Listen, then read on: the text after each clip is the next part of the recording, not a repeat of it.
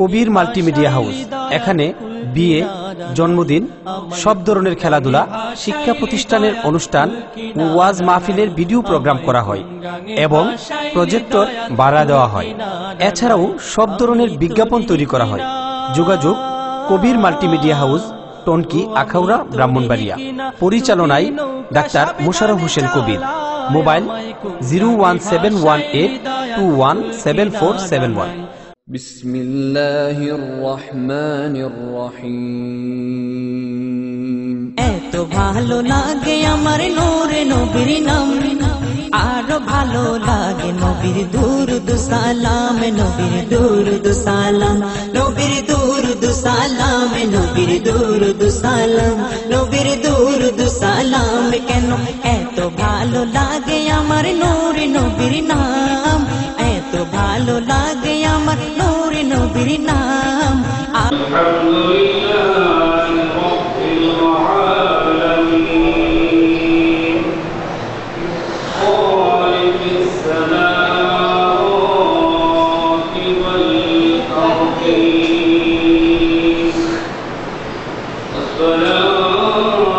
والسلام على من كان نبيا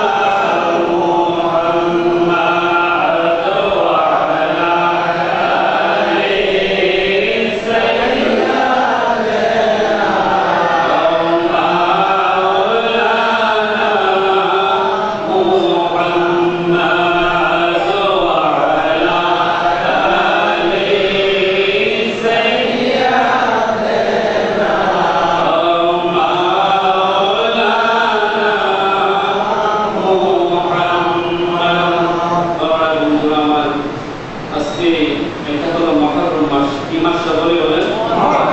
জবান করে বলে মুহররম মাস। আজকে আমরা প্রথম জামাতে আসছি, এখন দরুদ সালাম পড়তেছি আপনার নাম্বার তাজদারি মদিনা রাসূলের পাক সাল্লাল্লাহু আলাইহি ওয়াসাল্লামের উপর এবং তার আহলে বায়াতের উপর দরুদ শরীফ পড়লে কি হয়। বাবারা বলতে আমার, আপনারা সকলেই জানেন মুসা আলাইহিস সালাম ফেরাউনের অত্যাচার থেকে এই মুহররম মাসে 10 তারিখ নাজাত পেয়েছিলেন, ঠিক কিনা বলেন?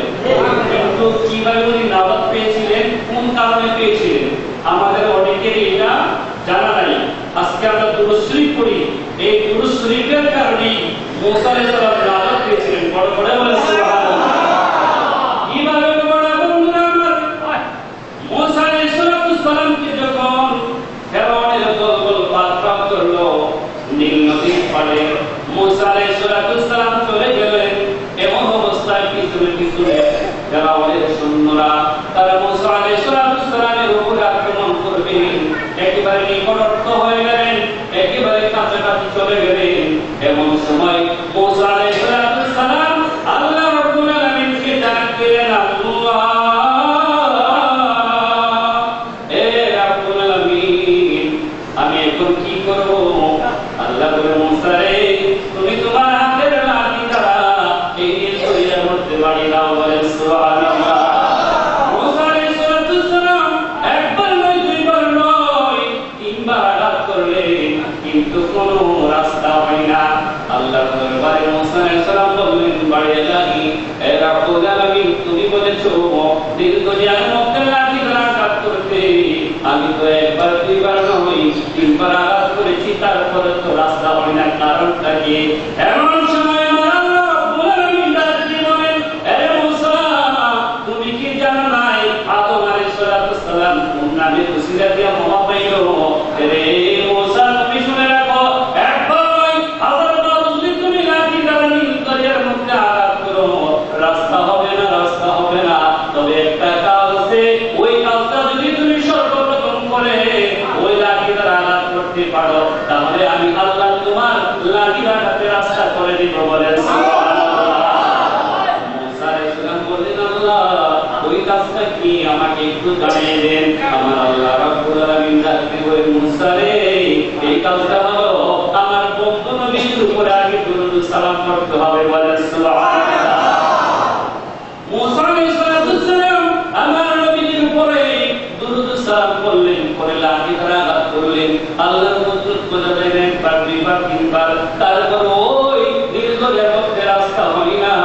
এই দিকে ফেরাউনের শত্রুরা মুসা আলাইহিস সালামকে আক্রমণ করবে, লাঠি দ্বারা আঘাত করে রাস্তা হয় না, একেবারে কাছাকাছি এসে গেল।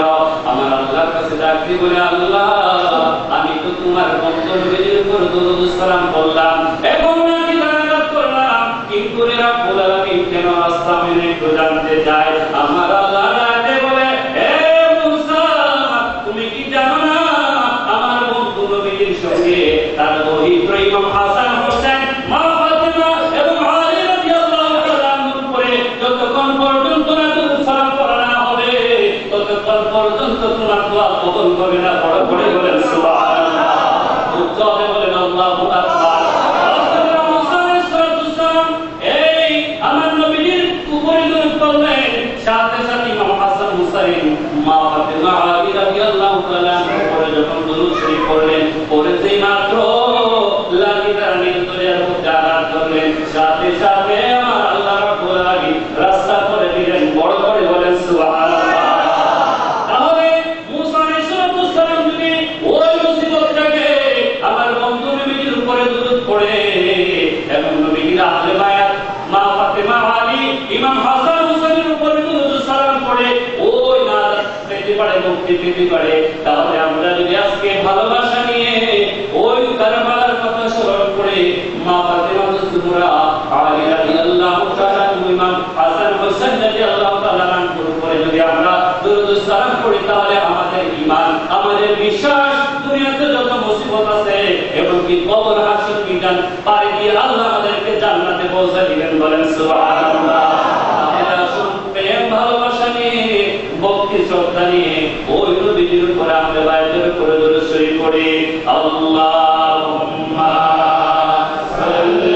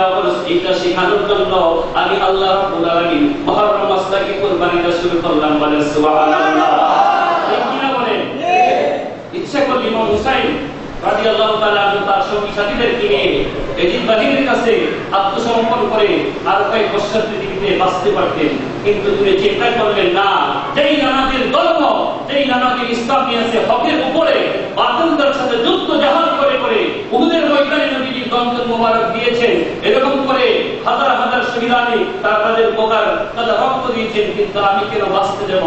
আমি হককে অবশ্যই প্রতিষ্ঠিত করে যাব, আর হকের জন্য আমার জীবন একবার না, আল্লাহ যদি লক্ষ কোটি বার আমার এই হোসেনকে জীবন দেয়, আমি এই যেমন ইসলামের জন্য আমার নাড়ার কদমে সত্তা করে দিব। বলেন না সুবহানাল্লাহ। ওই হোসেনের কারণে আজকে আমরা ইসলাম পেয়েছি। বাবারা বন্ধুরা আমার, ওই হুসাইনের ভালোবাসা থাকার দরকার আছে কিনা বলে? হুসাইনের জীবনী জানার দরকার আছে কিনা বলে? মা ফাতিমার জীবনী জানার দরকার আছে কিনা বলে? আমরা রবীন্দ্রনাথ ঠাকুরের জীবনী অনেকে জানি এবং বড় বড় সাহিত্যিক কবিদের জীবনী জানি, কিন্তু ইমাম বংশ নবীজির আহলে বায়াত, যে যাদের উপরে বিশ্বাস করা ফরজ, যাদেরকে ভালোবাসা ফরজ করে দিয়েছেন, তাদের ব্যাপারে যদি না জানি আল্লাহর কাছে কি জবাবদিহি করব? এই জন্য আজকে বাবারা বন্ধুরা আমার, আমি আপনাদের সামনে আজকে যে আলোচনাটা করব এটা হলো মা ফাতেমাতুজ জোহরা রাদিয়াল্লাহু তাআলা আনহার জীবনী। কারণ মা ফাতেমা যদি না আসতেন ইমাম হোসেন হইতেন? ইমাম হাসান হইতেন নাকি?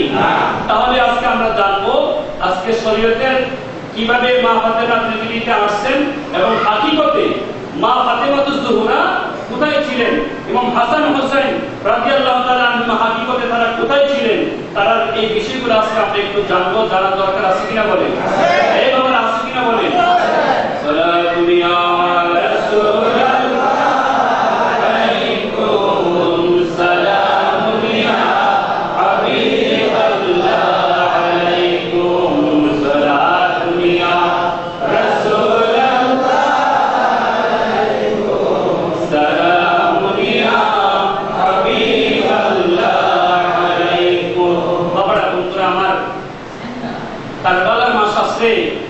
আমরা যারা নবী প্রেমিক, ইমাম হুসাইনের প্রেমিক, পাঞ্জাবের প্রেমিক, আমরা সহায় কারবালার আলোচনা করি এবং সমস্ত নবীদের এই দিনে যে ঘটনাগুলো ঘটেছিল এইগুলো আলোচনা করি। কিন্তু বড় দুঃখের বিষয় লাগে আজকে আমাদের সমাজে একদল আলেম আছে, তারা ইমাম বংশের আলোচনা করতে চায় না, সুহাদায়ে কারবালার শিক্ষা আলোচনা করতে চায় না, ইমাম হোসেন রাদিয়াল্লাহু তাআলার কি ফজিলত, তাদের মহব্বত করলে কি হয় এইগুলো আলোচনা করতে চায় না।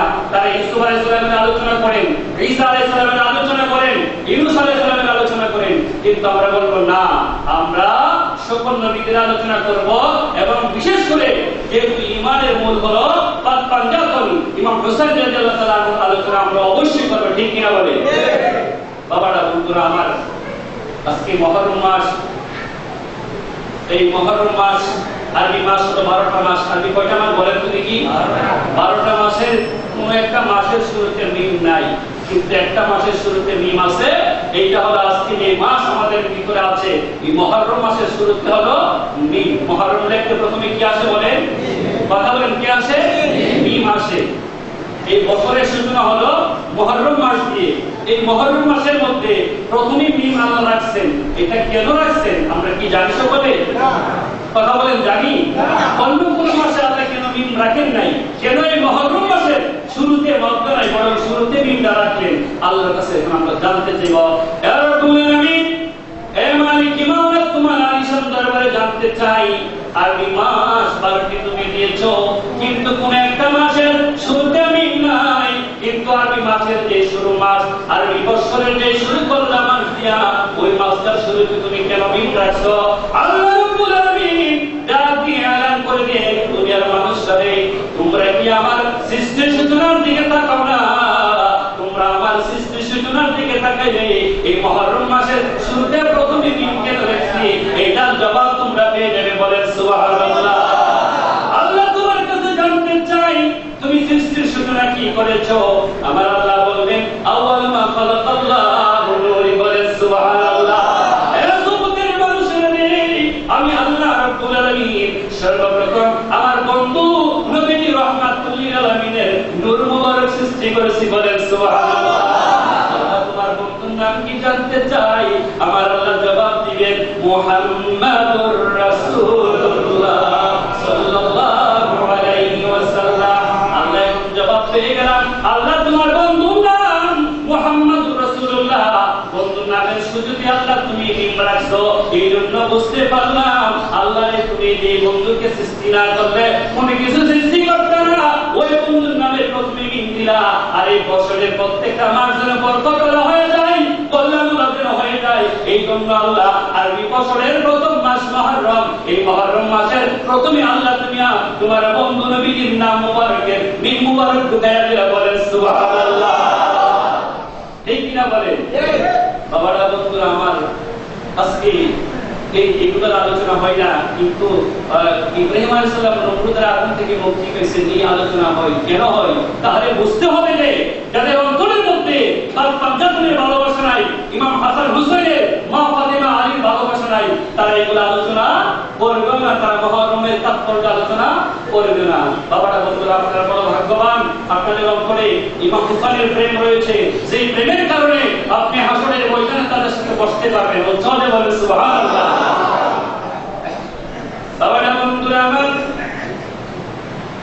আমার নবীজি রাহমাতুল লিল আলামিন সাহাবী হযরত উসমান ইবনে আফফান রাদিয়াল্লাহু তাআলা আনহু থেকে বর্ণিত তিরমিজি শরীফের হাদিস عن عثمان بن عفان رضي الله تعالى عنه قال قال رسول الله صلى الله عليه وسلم أكرموا شهر الله المحرم فمن أكرم المحرم أكرمه الله الجنة ونجاه من النار بڑے سبحان الله علي المؤمنين ইসলামের তৃতীয় খলিফা হযরত উসমান ইবনে আফফান রাদিয়াল্লাহু তাআলা আনহু থেকে বর্ণিত, তিনি বলেন আমার নবী রাহমাতুল লিল আলামিন যেই মাত্র মুহররম মাস প্রবেশ করেছে এমন অবস্থায় সাহাবায়ে কিরামদেরকে একত্রিত করলেন।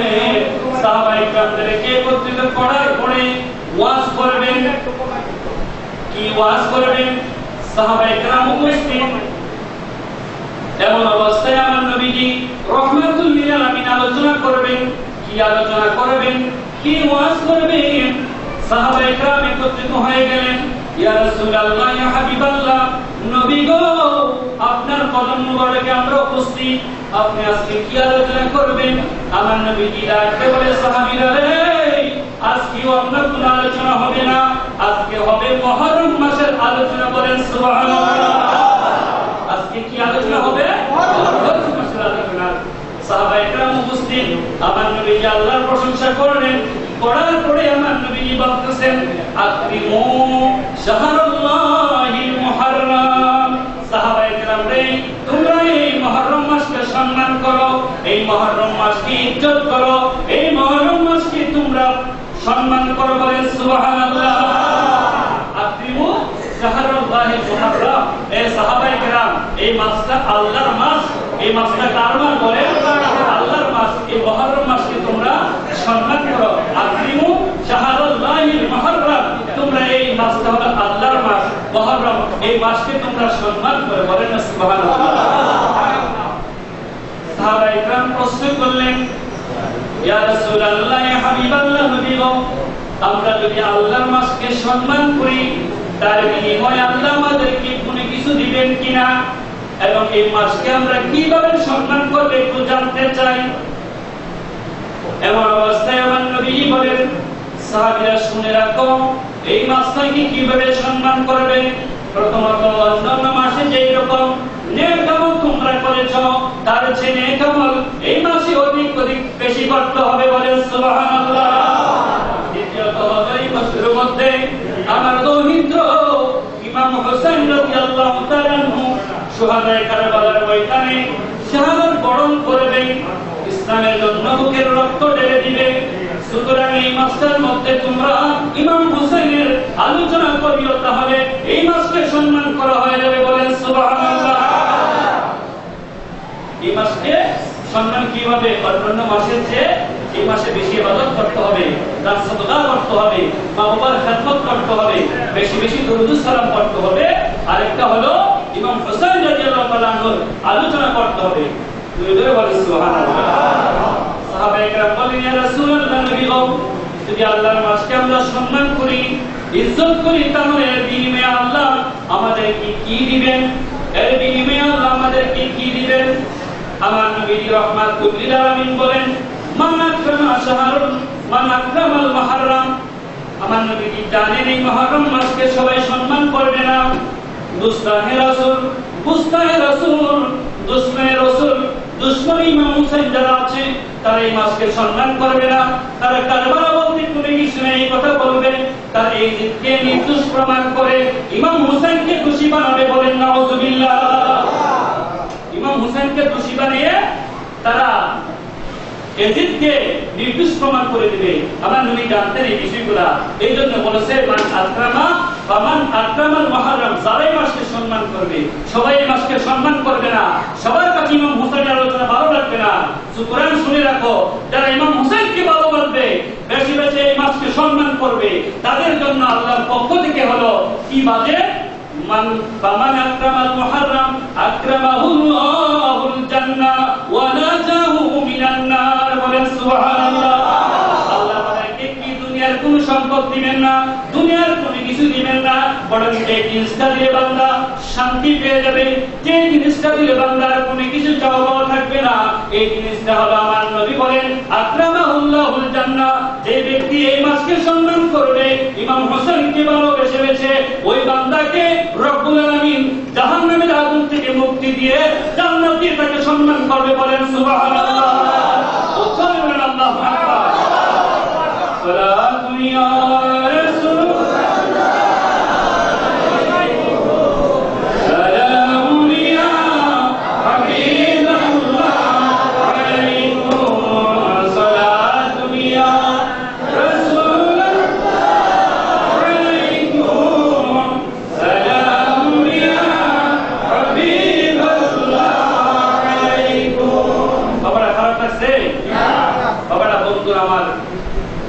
এখন চলে যাব আমরা ইমাম হোসেন হাকিকত কোথায় ছিলেন।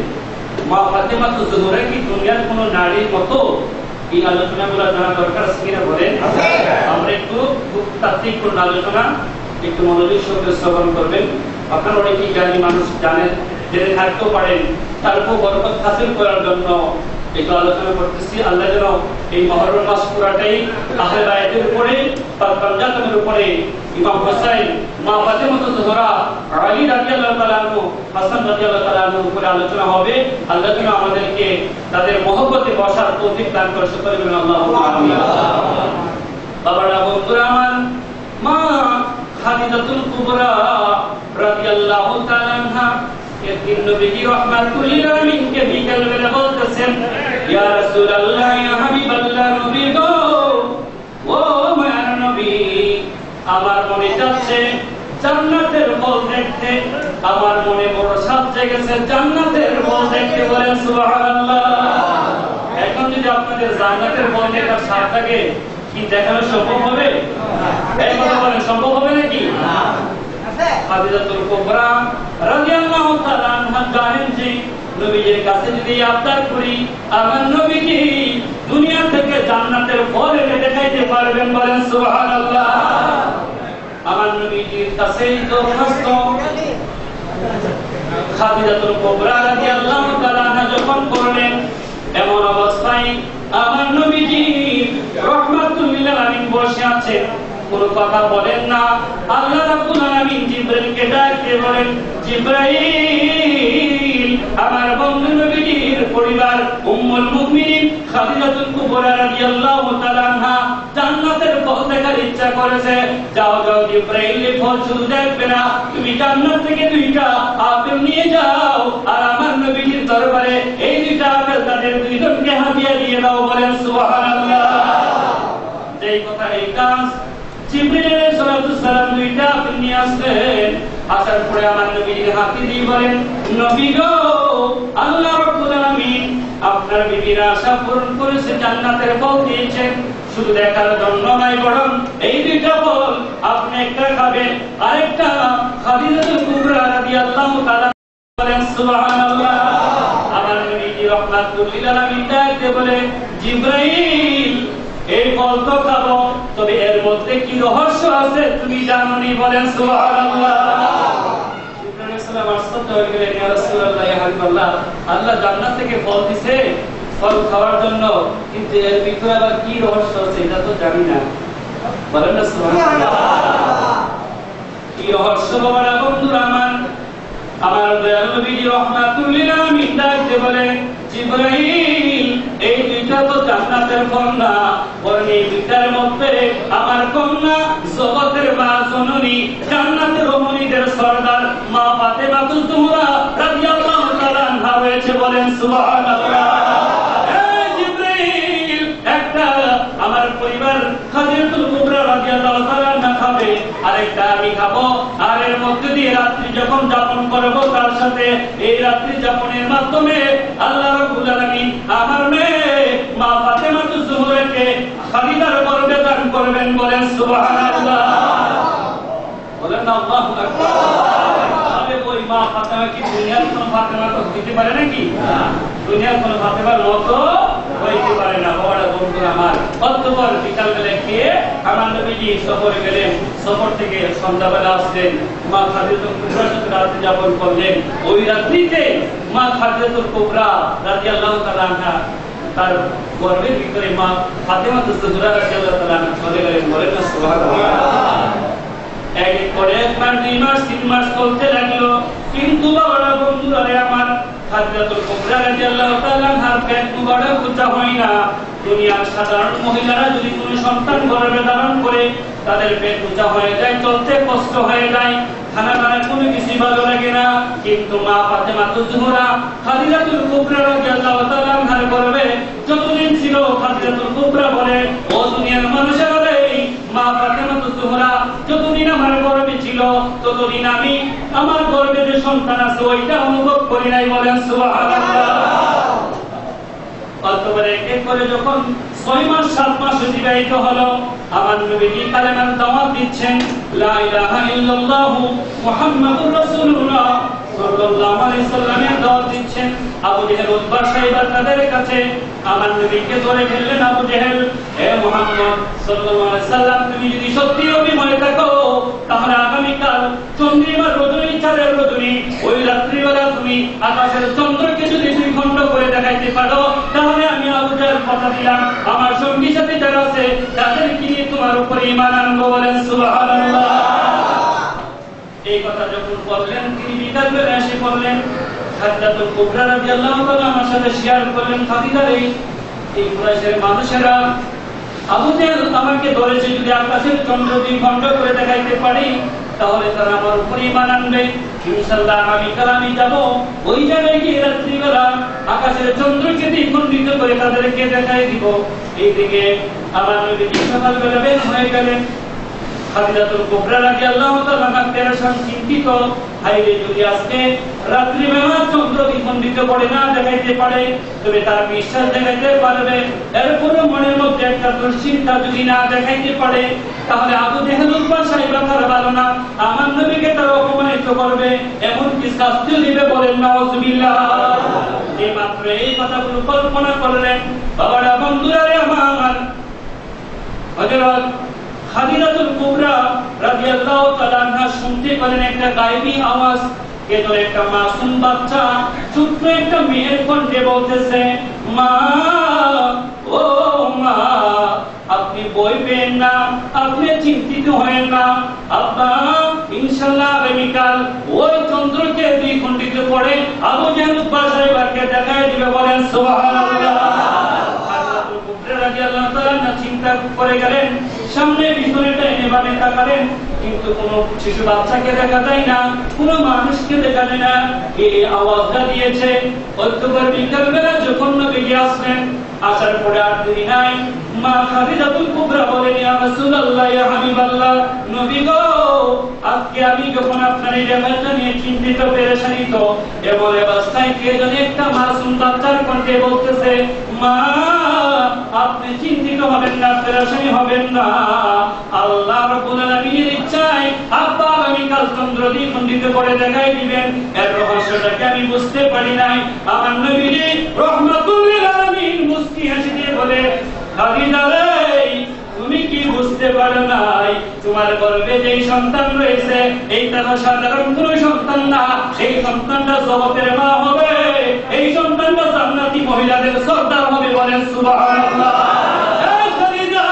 তোমার গর্ভে যে সন্তান আছে মা ফাতেমাতুজ জোহরা রাদিয়াল্লাহু তাআলা আনহা তোমাকে এই কথাগুলো বলে সান্ত্বনা দিয়েছে। বলেন সুবহানাল্লাহ। চিন্তা করছেন কেমন মা ফাতেমাতুজ জোহরা? আল্লাহু আকবার বলেন। যে কথা এই কাজ আমার নবীজি চন্দ্র দ্বিখণ্ডিত করে দেখাই দিলেন। আমি শুধু বোঝাতে যাচ্ছি মা ফাতেমাতুজ জোহরা কেমন মহিলা। বাবারা বন্ধুরা আমার, এইরকম করে 10 মাস 10 দিন যখন পূর্ণ হয়ে গেল, খাদিজাতুল কুবরা রাদিয়াল্লাহু তাআলা সন্তান প্রসব করবেন, তার আশেপাশে পড়োশী যারা আছে তাদেরকে ডাকেন, ও মহিলারা রে, আমার গর্ভে একজন সন্তান প্রসব করব, তোমরা আমার পড়োশী একটু মেহেরবানি করে আমাকে এই অবস্থায় সহযোগিতা করো। কিন্তু এই সময়কার আশেপাশের অনেক মহিলারা ঈমান আনে নাই, না আনার কারণে বলে আমরা তো বলেছিলাম এটি মুহাম্মদের কাছে গিয়ে ওই শোনা কষ্টে করতে হবে, সুতরাং এই মুহূর্তে আমরা তোমাকে সহযোগিতা করব না। বলেন নাউজুবিল্লাহ। এই কথা বললেন আল্লাহ রাব্বুল আলামিন জান্নাত থেকে 4 জন মহিলাকে অর্ডার দিলেন এবং তাদের সাথে কিছু পুরুষদেরকে নির্দেশ দিলেন, জান্নাতের পানি পেয়ালা দিয়ে তোমরা পানি নিয়ে যাও এবং 2টা তোয়ালা জান্নাত থেকে নিয়ে যাও। বলেন সুবহানাল্লাহ। 4 জন মহিলা তাদের সাথে জান্নাতি মহিলা খাদিজাতুল কুবরা রাদিয়াল্লাহু তাআলা আনহার গলায় পিঠে পড়ে ফেললেন।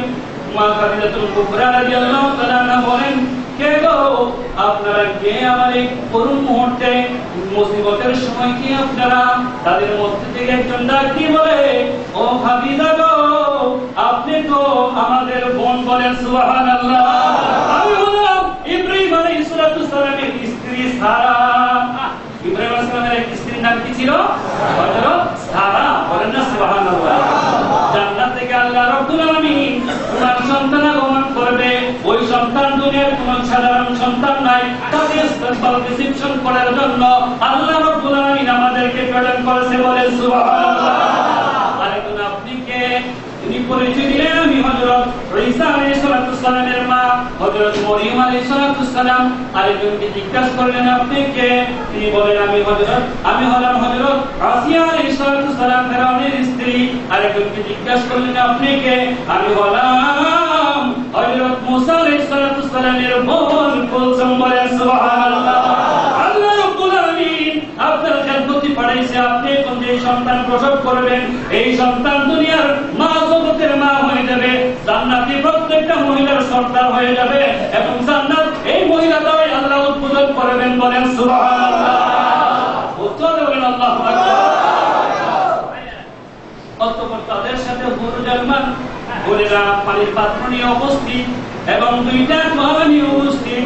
বাবারা, বন্ধুরা আমার, এই মাত্র প্রসবের সময় হয়ে গেল, মা ফাতেমা জোহরা রাদিয়াল্লাহু তাআলা আনহা দুনিয়ার জমিনে আসলেন। আসার পরেই তিনি সাজদায় পড়ে শাহাদাত আঙ্গুলি ইশারা করে করে পড়তে লাগলেন, লা ইলাহা ইল্লাল্লাহু মুহাম্মাদুর রাসূলুল্লাহ সাল্লাল্লাহু আলাইহি ওয়াসাল্লাম। বাবারা, বন্ধুরা আমার নবীজির কেমন পাগলি মেয়ে, আমার নবীজির কেমন মেয়ে, মা ফাতেমা কেমন দুনিয়ার জন্য আমাদের জন্য কেমন কল্যাণকর, আমাদের জন্য কি উপকারী মহিলা। যে মাত্র দুনিয়াতে আসার পরে সাক্ষী দিলেন, আল্লাহ ছাড়া কোনো মাবুদ নাই, আমি সাক্ষ্য দিচ্ছি মুহাম্মদুর রাসূলুল্লাহ সাল্লাল্লাহু আলাইহি ওয়াসাল্লাম আল্লাহর রাসূল। এই কথা বলার পরে তিনি ফুটনে কিনে বলতেছেন, বাবারা, বন্ধুরা আমার, তাকে জিজ্ঞাসা করলো, মা ফাতেমা গো, তুমি কেন শাহাদাত আঙ্গুলি দ্বারা সাক্ষী দিলা? তিনি বলেন, জগতের মানুষেরা রে, আমার বাবার কত সুন্নাত, আমার বাবার উম্মতের ছেড়ে দিচ্ছে, কিন্তু আমি তো ওই সুন্নাত ছাড়তে পারি না। আমার বাবাও তো সাজদায় পড়ে দুনিয়াতে মায়ের গর্ভ থেকে আসার পরে এরকম করে করে আল্লাহ রাব্বুল আলামিনের সাক্ষী দিয়েছিল। বলেন সুবহানাল্লাহ। আর আমার নবীজি রব্বি হাবলি ইয়া উম্মতি বলে কান্নাকাটি করেছিল। এই গো মা ফাতেমা, আপনি কেন কাঁদছিলেন? কার জন্য কান্নাকাটি করেছেন? মা ফাতেমা এলান করে দিলেন, দুনিয়ার মানুষেরা রে, ও আমার নবীর উম্মতরা শুনে রাখো, আমি সাজদায় পড়ে আমার সন্তান হুসাইন কারবালার ময়দানে শাহাদাত বরণ করবে, তার জন্য কান্নাকাটি করি নাই। আমার হাসানকে জ্বর পান করে মারবে, তার জন্য কান্নাকাটি করি নাই। আমার স্বামীকে ওই মুনাফিকরা হত্যা করবে, তার জন্য কান্নাকাটি করি নাই। একমাত্র কান্নাকাটি করেছি আমার বাবার উম্মতরা গুনাহগার উম্মতদেরকে যেন আল্লাহ মাফ করে দেয়, এই জন্য আমি রব্বি হাবলি, আল্লাহ, আমি আল্লাহর দরবারে আমার নবীজির, আমার আব্বার উম্মত গুনাহগারদের গুনাহ মাফের দোয়া করেছি। বলেন সুবহানাল্লাহ। উত্তরে বলেন, ইয়া রাসূলুল্লাহ। কেমন মা ফাতেমা সাজদায় পড়ে আল্লাহ সাক্ষী দিলেন, কালেমার সাক্ষী দিয়ে এরপরে নবীজির উম্মতদের জন্য, আমরা গুনাহগারদের জন্য আল্লাহ রাব্বুল আলামিনের কাছে ফরিয়াদ করতে লাগলেন। বলেন না সুবহানাল্লাহ। এরপরে বেহেশতের পুরেরা তাদেরকে গোসল দিলেন, তাকে গোসল দিয়ে একটা কয়লা শরীরের মধ্যে পড়া দিলেন, আরেকটা মাথা ঢেকে দিলেন। বলেন সুবহানাল্লাহ। এই এক করে তিনি বড় হতে লাগলেন। বাবারা, বন্ধুরা আমার, এই অবস্থা যদি মা ফাতেমার প্রেমে মরতে পারেন, আমার নবীজির হাদিস শরীফ আল আলী ইবনে আবি তালিব রাদিয়াল্লাহু তাআলা আনহু قال ان رسول الله صلى الله عليه وسلم اخذ بيده حسن والحسين قال من احبني واحب هذين واحب اباهما وامهما كان درجتي في يوم القيامه। বড় করে বলেন সুবহানাল্লাহ। আলী রাদিয়াল্লাহু তাআলা থেকে বর্ণিত ইবনে মাজাহ শরীফের হাদিস, তিনি বলেন আমার নবীজি সাহাবায়ে কেরামদের সামনে গেলেন, যাওয়ার পরে ইমাম হাসানকে এক হাতে ধরলেন, ইমাম হুসাইন রাদিয়াল্লাহু তাআলা আনহুকে আরেক হাতে ধরলেন। ধরার পরে সাহাবাদেরকে বলতেছে, ও সাহাবায়ে কেরাম, মান আহাব্বানি, যদি তোমরা কেউ আমি নবীকে ভালোবাসো, যদি তোমরা কেউ আমি নবীকে ভালোবাসো, ওয়ামান হাযাইনি ওয়ামান আহাব্বা হাযাইনি, এবং এই দুইজন কি ইমাম হাসান হুসাইনকে যদি তোমরা কেউ ভালোবাসো, এই বড় তিনজন, ওয়া আহাব্বাহুমা ওয়া আহাব্বা আবাহুমা, এবং তাদের যে পিতা আলী রাদিয়াল্লাহু তাআলা আনহুকে যদি ভালোবাসো, ওয়া আহাব্বা উম্মাহুমা, এবং তার মা, তাদের মাতা মা ফাতিমাতুজ জোহরা রাদিয়াল্লাহু তাআলা আনহা, এই পাঁচজনকে যদি তোমরা কেউ ভালোবাসতে পারো, এই পাঁচজনের মহব্বত নিয়ে যদি তোমরা কেউ ইন্তেকাল করতে পারো, শুনে রাখো তোমাদের জন্য কঠিন সংবাদ, এই হাসরের ময়দানে প্রত্যেকটা নবী আদম থেকে ঈসা পর্যন্ত রব্বি নাফসি নাফসি করে এদিক সেদিক দৌড়াদৌড়ি করবে, আর আমার নবীজির উম্মতেরও পাগল করা হয়ে যাবে।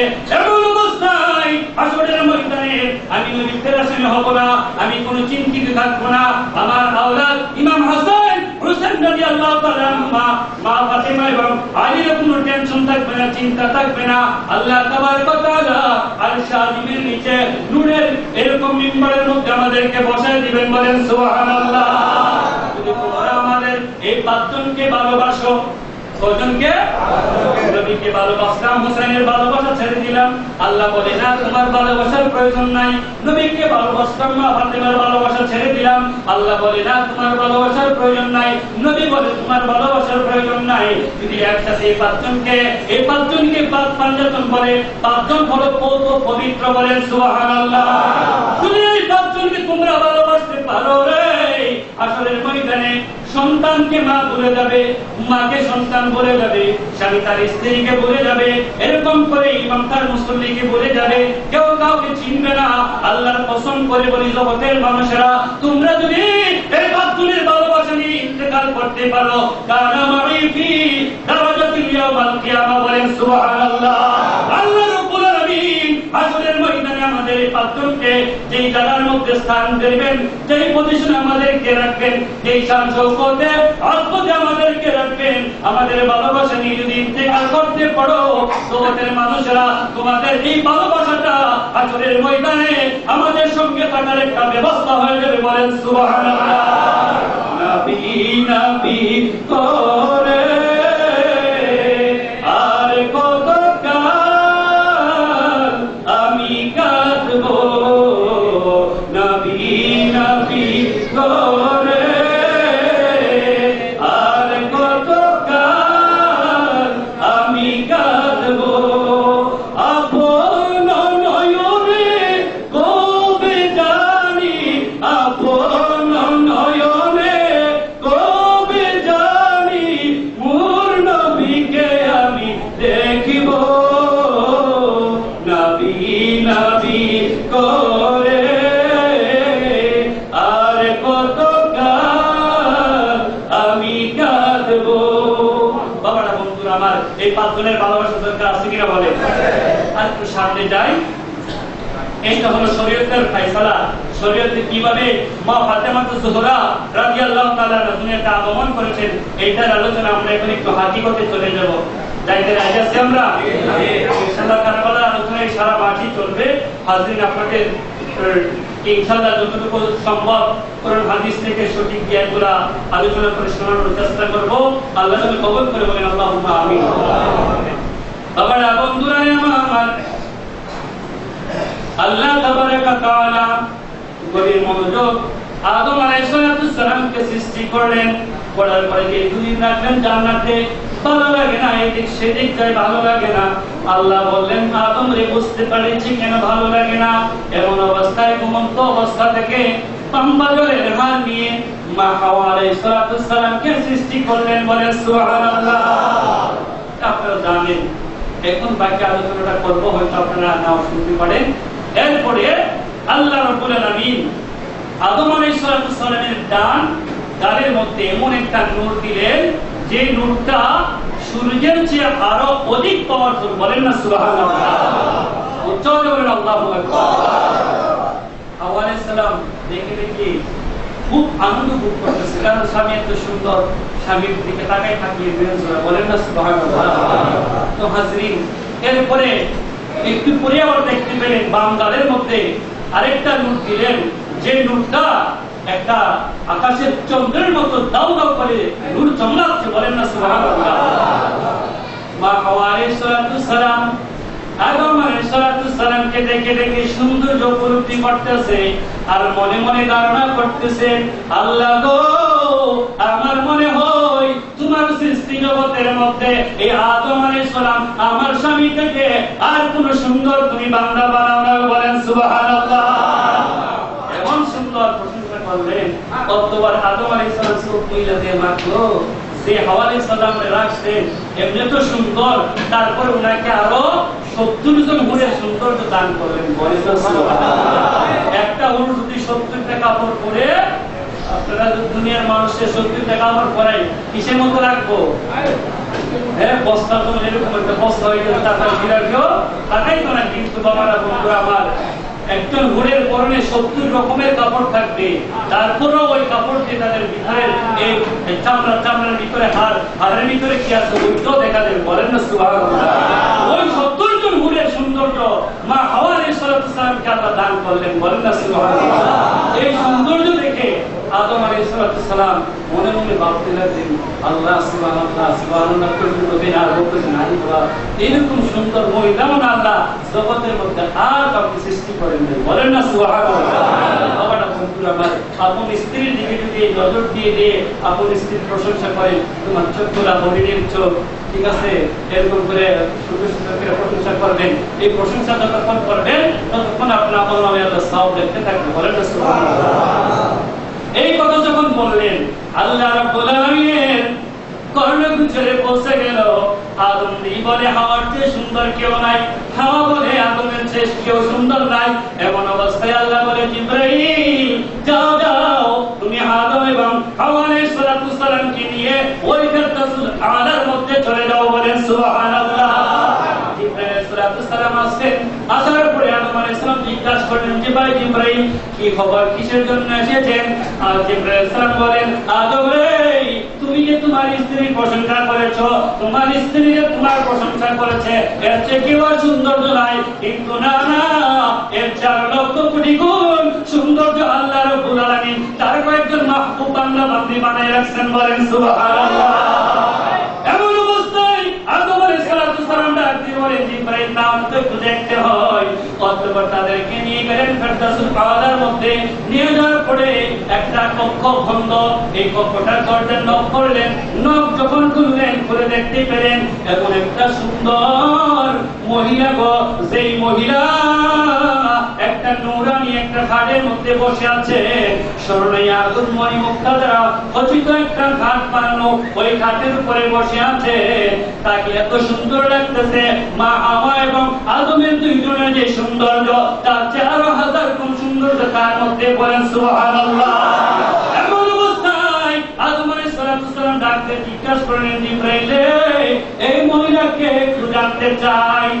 হযরত জিবরাইল আলাইহিস সালাম ডাকতে বলে, আদম রে, এইটা তোমার সাধারণ কোন দুনিয়ার মহিলা না। এই মহিলাটা এইখানে আছে, কিন্তু দুনিয়াতে যাবে, যাওয়ার পরে দুনিয়ার সকল মুমিনদের মা হয়ে যাবে, এবং এই মহিলাটা জান্নাতে যাবে, সমস্ত মুমিনদের জান্নাতের সরদার হয়ে যাবে। বলেন সুবহানাল্লাহ। এই মহিলাটা আর কেউ নাই, এইটা হলো দয়াল নবীজি রাহমাতুল লিল আলামিনের পরিবার টুকরা নবীদের মনি মা ফাতেমা তুজ-জোহরা রাদিয়াল্লাহু তাআলা আনহা। বলেন সুবহানাল্লাহ। আশ্চর্য হয়ে গেলেন, আরে কি এত সুন্দর মহিলা, আদমরে যে সৌন্দর্য দিলেন বা হাওয়া ইসলামকে যে সৌন্দর্য দিলেন, একটা হাজার হাজার গুণ বেশি সৌন্দর্য দিলেন, বলেন না সুবহানাল্লাহ। চলে গেলেন আরেকটা কক্ষের মধ্যে গিয়ে দরজা নক করার পরে দরজা খুললেন, খোলার পরে দেখতে পেলেন আরেকটা পুরুষ সুন্দর, যে পুরুষের মধ্যে ইউসুফ আলাইহিস সালামের সৌন্দর্যের চেয়ে আরো অধিক অধিক গুণ সৌন্দর্য তার চেহারার মধ্যে থেকে নূর দাও দাও করে বের হচ্ছে, বলেন সুবহানাল্লাহ। আদম আলাইহিস সালাম জিজ্ঞাসা করলেন, বা জিবরাইল এই লোকটাকে? অতঃপর জিবরাইল আলাইহিস সালাম বললেন, আদম রে, এইটা দুনিয়ার কোনো সাধারণ পুরুষ না, এইটা হলো আলী রাদিয়াল্লাহু তাআলা আনহু, যিনি হবে মা ফাতেমা তুজহুরার স্বামী, বলেন সুবহানাল্লাহ। আল্লাহ রাব্বুল আলামিন তার নিজ জায়গার মধ্যে বসে রাখছেন, যেই সময় ওই সময় এইখান থেকে স্লোগান দিয়ে দিয়ে তাদেরকে স্বাগত জানিয়ে জানিয়ে দুনিয়াতে পাঠাবেন, বলেন সুবহানাল্লাহ। অতঃপর আরেকটা কক্ষে গেলেন, যাওয়ার পরে যখন দরজা খুললেন, খোলা দেখতে পেলেন দুইটা খাটের পাশাপাশি ওই দুইটা খাটের মধ্যে দুইজন সন্তান বসে আছে, দুইজন যুবক বসে আছে, তাদের চেহারাগুলোর মধ্যে নূর দাও দাও করে চমকাচ্ছে। আশ্চর্য হয়ে গেলেন আদম আলাইহিস সালাম, মা হাওয়া আলাইহিস সালাম, আর বলতে লাগলেন, এরা কারা গো? হযরত জিবরাইল আলাইহিস সালাম ডাকি বলেন, আদম রে, ও হাওয়া শুনে রাখো, আলী রাদিয়াল্লাহু তাআলা আনহু মা ফাতিমার তাদের বিয়ে হবে, আর বিয়ের পরে এই তাদের দুইজনের মাধ্যমে এই দুইজন সন্তান জগতে আসবে, বলেন সুবহানাল্লাহ। তারা দুনিয়ার কোনো সাধারণ সন্তান হবে না রে, তাদের জন্য রব্বুল আলামিন এমন উৎসব আগাম দিয়েছেন, হাসরের ময়দানে তারা নবীর উম্মতকে করাবে এবং জান্নাতে সমস্ত যুবকদের সরদার হয়ে যাবে, বলেন সুবহানাল্লাহ। অতঃপর ওই জায়গা থেকে তা থেকে চলে আসবেন, এমন অবস্থায় জিবরাইল আলাইহিস সালাম বললেন, আদম রে, তুমি কেন চলে যাও? এই জায়গাটি দেখতে আসছো, এখান থেকে আসছো, তাদের কাছ থেকে খালি যেও না, তাদের কাছ থেকে কিছু একটা নিয়ে যাও। আদম আলাইহিস সালাম বললেন, কি নিয়ে যাব? জিবরাইল আলাইহিস সালাম বললেন, আর কোনো কিছু না, এই চারজনের নাম তোমরা একটু তুমি ভালো করে স্মরণ করে নাও, আর নবী মুহাম্মদুর রাসূলুল্লাহ সাল্লাল্লাহু আলাইহি ওয়াসাল্লাম তার নাম স্মরণ রেখো। এই পাঁচজনের নাম স্মরণ রেখে যদি পাঁচজনের নাম স্মরণ রাখো, আর দুনিয়াতে যাওয়ার পরে কোন মুসিবতে যদি তুমি পড়ে যাও, এই পাঁচজনের দোহাই দিয়ে যদি আল্লাহর দরবারে দোয়া করতে পারো, সঙ্গে সঙ্গে আল্লাহ এই পাঁচজনের মুসিবত তোমার মুসিবত দূর করে দিবেন, বলেন সুবহানাল্লাহ। আমার দুনিয়াতে আসলেন, 350 বছর কাঁদলেন, তিনি শুধু আমার নবীজির দোহাই দিয়ে কান্নাকাটি করে, কিন্তু না ভুলে গেলেন হযরত জিবরাইল আলাইহিস সালাম যে শিখাই দিলেন, আমার নবীজির সঙ্গে সঙ্গে সাথে সাথে এই চারজনকে স্মরণ করতে হবে, না হলে তুমি নাজাত পাইবে না, বলে বলে বলেন সুবহানাল্লাহ। যে মাত্র 350 বছর হয়ে গেলেন, কান্দে আমার নবীজির দোহাই দেয়া কান্দে। এমন অবস্থায় জিবরাইল আলাইহিস সালাম এলান করে দিলেন, আদম রে, এরকম আর কতদিন তুমি আমার নবীজির দোহাই দিয়ে কান্দবে? শুনে রাখো, তোমার কি মনে নাই ফেরদাউসুল আলার মধ্যে যে নিয়ে যাওয়ার পরে তোমাকে আরো চারজন ব্যক্তি দেখাই দিয়েছিলাম, তাদেরকে কেন স্মরণ করো না? যদি তাদেরকে স্মরণ করে এই পাঁচজনের উসিলা দিয়ে দোয়া করো, আমার নবীজি, আলী, মা ফাতেমা, ইমাম হোসেন এবং হাসানের দোয়াইটা যদি দোয়া করতে পারো, সঙ্গে সঙ্গে আল্লাহ তোমার তওবা কবুল করে নেবেন, বলেন সুবহানাল্লাহ। এই মাত্র জিবরাইল আলাইহিস সালাম এই কথাগুলো শিখাই দিলেন, হযরত আদম আলাইহিস সালাম সেজদায় পড়ে তার মনে পড়ে গেল, হায় রে, আমি এবং আমার তো ওই ফেরদাউসুল আলার মধ্যে চলে গিয়েছিলাম, এই তাদের কথা তো আমাদেরকে শিখাই দিয়েছিলাম, আমরা ভুলে গেলাম। অতঃপর সেজদায় পড়ে পড়ে কান্দে আর বলে, আল্লাহ, তোমার নবীজির উসিলা, তোমার নবীজির আহলে বায়াত, এই চারজন ইমাম হাসান, হোসেন, মা ফাতেমা, আলী রাদিয়াল্লাহু তাআলা আনহুর উসিলা দিয়ে দোয়া করলাম, রে মওলা, আমি যে অপরাধ ভুল করেছি, আল্লাহ তুমি তাদের উসিলা মাফ করে দাও, বলেন সুবহানাল্লাহ। এই দোয়া করলেন, আমার আল্লাহ বলেন, কাবিল তু আদম, এ আদম, আমি তোমার দোয়া কবুল করেছি, তুমি মাথা উঠাও, বলেন সুবহানাল্লাহ। তাহলে এই পাঁচজনের ভালোবাসা দরকার আছে কিনা বলেন? এই পাঁচজনের ভালোবাসা দরকার আছে কিনা বলেন? এখনো কিতাব প্রমাণ করে যদি কোন এলাকার মধ্যে মহামারী দেখা দেয়, গজব আসতে থেকে আসমানি গজব অথবা যে কোনো গজব আসে, এই পাঁচজনের নাম যদি কাগজের মধ্যে লেখে কোন গাছের মধ্যে লটকায় দেন, আমার নবীজির নাম মুবারক, আলী, মা ফাতেমা, ইমাম হাসান হোসেনের নাম মুবারক লেখে যদি গাছের মধ্যে লটকায় দেন, তাহলে ওই এলাকা থেকে মুসিবত দূর হয়ে যাবে। চিৎকার করে সুবহানাল্লাহ। আলোচনা দায় করেছি, আল্লাহ যেন আমাদেরকে তাদের মহব্বত দিয়ে যেন কবরে যাইতে পারি, আল্লাহ যেন কবুল করে সে করি বলে আল্লাহুম্মা আমিন। আসসালামু আলাইকুম ওয়া রাহমাতুল্লাহি তাআলা ওয়া বারাকাতুহু। মাগফিরাত। मेरे नबी प्यारे नबी सुन्नत तेरी दुनिया दी, ए नबी प्यारे नबी सुन्नत तेरी